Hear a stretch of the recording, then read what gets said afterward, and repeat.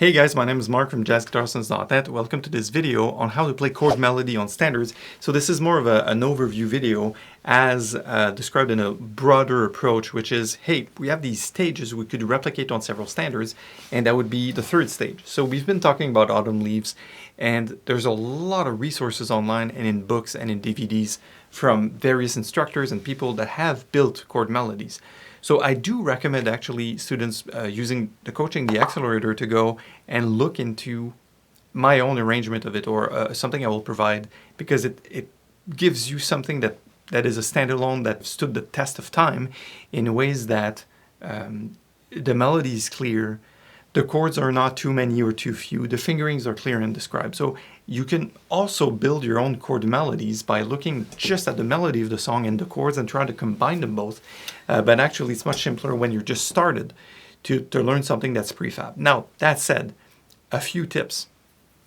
You want your arrangement and your performance of it to feature the melody. Just be really mindful not to have these sort of crazy arrangements with too many chords that wind up being just a bunch of chords one after another that you can't really decipher the lyricism of the melody. So my 2 cents on this is, what if you extracted all of the chords in your chord melody and just kept the lead line? I'll give you an example. So Autumn Leaves melody again. Right, that's sustained.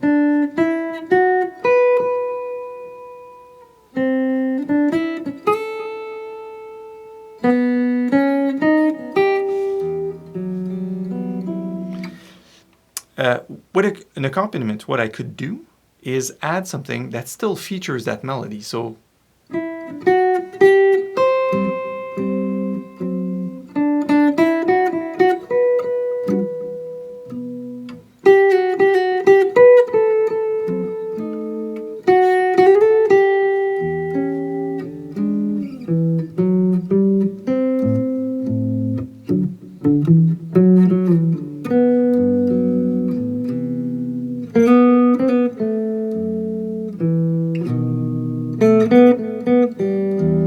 right?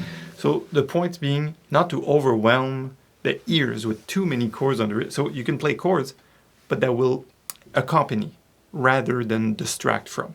So that's sort of the first pointer. The second pointer for chord melody like this, if you build your own, you might do a mistake like I did, is to try and put too much stuff, because we're looking at a chord melody, we're slowing things down way, and we're getting so deep into it that what happened to me personally would have been something like, I don't know.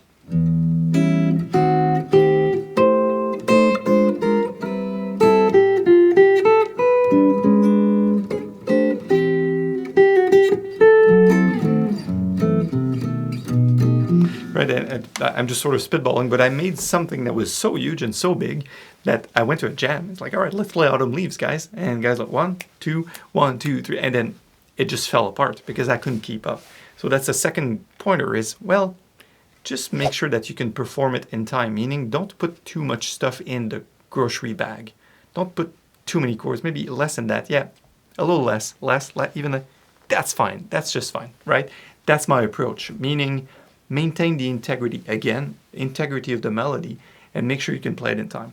And last tip I will leave you with that sort of third stage for running a chord melody is ensuring that you can repeat something clearly and legibly that sounds like something that's written, not like a classical piece, but almost, meaning that your chord melody winds up being sort of an etude or something you can fall back onto once you're ready to play the head out, or when something happens at a party, someone hands you the guitar, oh man, you play guitar, show me something, instead of going, well, I don't know anything else than minor 7 arpeggios and the cycle of fourths. I just practice techniques for forever. Now you can just go, oh yeah, I can play Autumn Leaves, and you have something that's like 30 seconds to a minute that you can just play.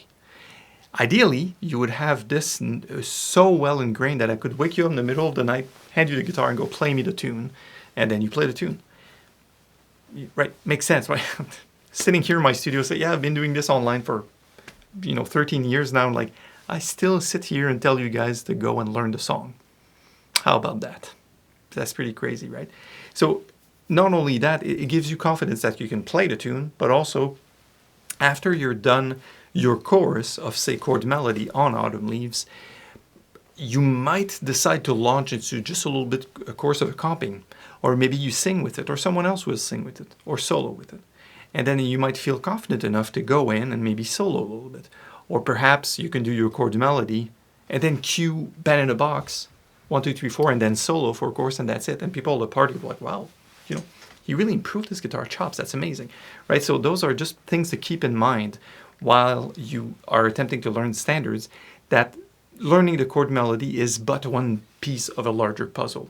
On that note, thanks for watching, guys. Welcome to this YouTube channel. Please like and subscribe, and you can see the channel for way more videos on standards, on learning chords, improvising, arpeggios, technique, everything that has to do with jazz guitar. And I will see you soon on the website, jazzguitarlessons.net. Improve your jazz guitar playing with a real teacher. See you soon.